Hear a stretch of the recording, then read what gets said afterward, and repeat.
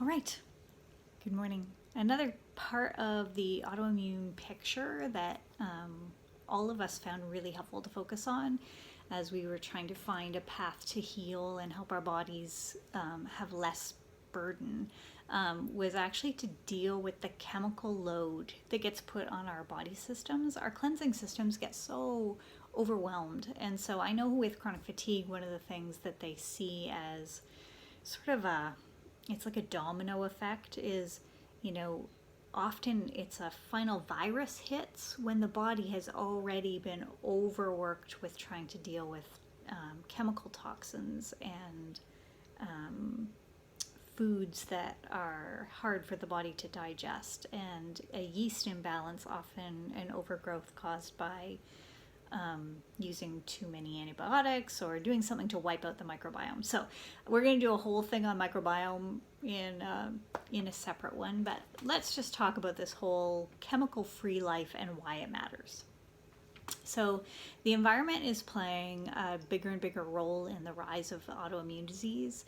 The things we're exposed to on a daily basis. So this is things like airborne toxins. Can't do a whole lot about that except in our own homes.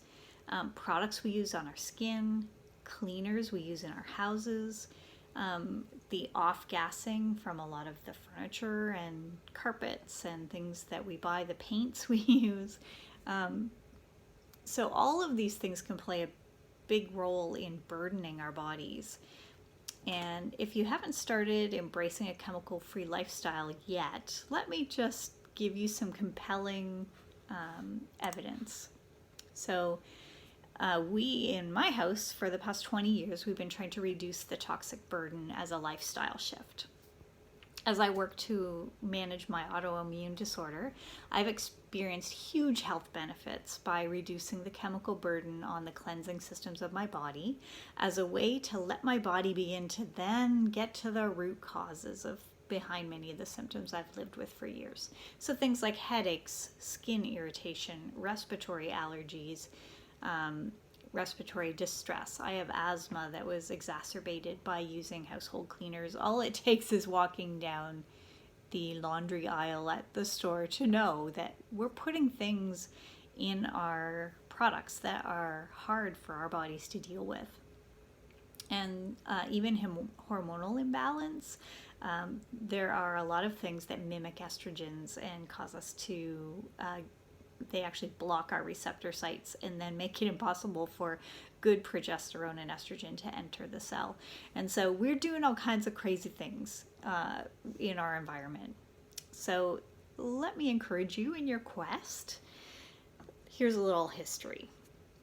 Once upon a time, the TSCA in 1976, that's the Toxic Substances Control Act, grandfathered in about 65 to 100,000 chemicals that are still currently on the market today. This is from the US. I'm not exactly sure how this has played out in Canada, though I know it's similar.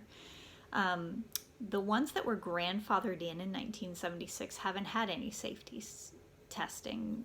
Little is known about them. But of the chemicals tested, toxic labeling was only required if 50% or more of the animals tested with the chemical die. What? That's crazy. And under the TSCA, manufacturers were protected by a trade secret law that allows them to keep their ingredient list a secret. They don't want people stealing their recipes. I don't want to steal that one, I can tell you. So to date, the European Union has banned 1,300 chemicals in cosmetics. The FDA in America banned 11. Health Canada does a little bit better, but it still isn't good enough. I have decided to lean into a brand that I've learned to trust called Young Living. And so now I'm one of their brand partners because they have made a commitment to ban 2,500 chemical ingredients. And I find since I've switched my shampoos and all kinds of things, my health has really changed for the better.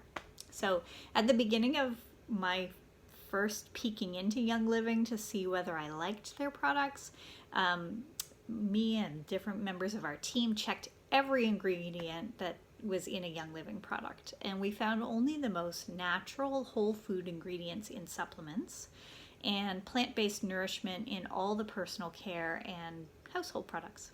So plant power. I'm so grateful we can be confident in Young Living to design quality products that work with our bodies to support our health. I'm getting more and more concerned with the carcinogens and hormone disruptors that populate our store shelves. The Cancer Society and Lung Association publicize warnings and cautions on their website about different ingredients, but they're still allowed to be used in the manufacturers as they retail. It's strange to me. So the Environmental Working Group has become a great resource, and they actually have an app called Healthy Living that you can put down on your phone, and you can actually scan barcodes of different products in your bathroom and kitchen and see if there's chemicals there that you should be concerned about. Because another strange thing that's happened is the whole greenwashing, that if they use the word natural or green, they can fool us into thinking that there's nothing harmful in there. But I have been disappointed again and again by doing some deeper looks into their ingredient lists and realizing that they're still using sodium lauryl sulfates and phosphates and things that are really hard on our bodies. And so it's interesting. I was at my mom's the other day and I just used her dish soap, and I found immediately my skin started to like hurt and get so dry, and the fragrance from it was like really hard on my asthma. And all of a sudden I realized I could never go back. I could never go back to just using regular commercial products.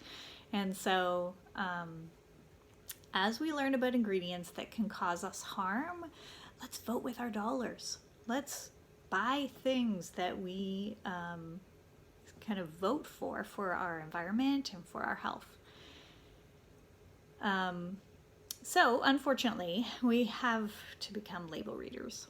We are the gatekeepers of our homes and our bodies. And as we gain understanding about what's going on in our bodies and into the soil and the water and the air that we all count on, we can act to protect our present household and the future generations that are going to come after us, and say, what were you thinking when you guys were just dumping that stuff into our soil and our water and polluting our air with that? It makes me think of the Lorax by Dr. Seuss. You know, unless we care a whole awful lot, nothing is going to get better. It's not. And so we need to care, and we need to be the gatekeepers for this generation. That's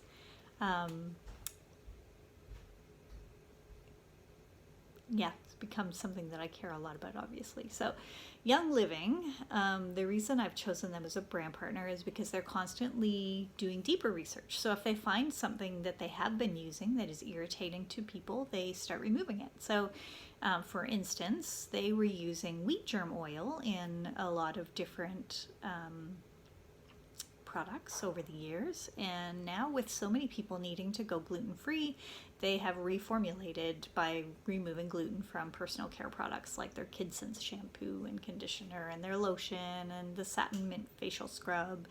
And so they're a wellness company that's invested in what's best for health, but they also are really committed to worker care. I got to visit a farm a couple of years ago and talk to the people who work there.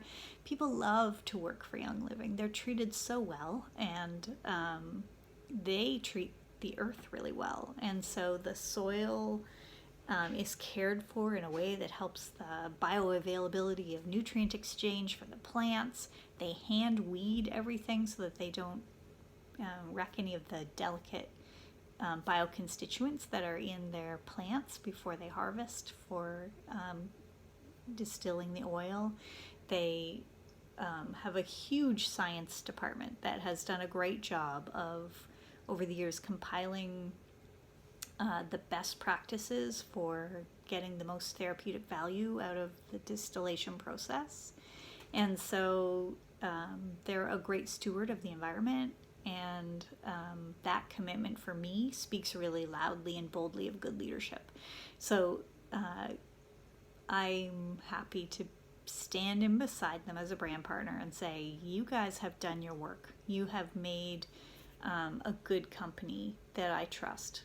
And so if you want to focus on an area like unburdening the body of toxins, another cool area that I'll talk about in a different post would be doing something called a digestive cleanse.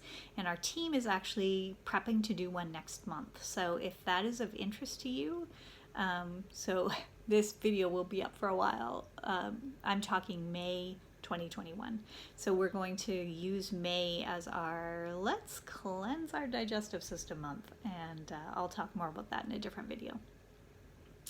All right, but if you are interested in cleaning toxins out of your daily routines, start reading your labels, download the Healthy Home or Healthy Living app. I can put the link below this video. And then if you want more education coming your way, I would be happy to give you bite-sized pieces of things we've been learning about ditching and switching, or I have a Sway link that has a really good class information.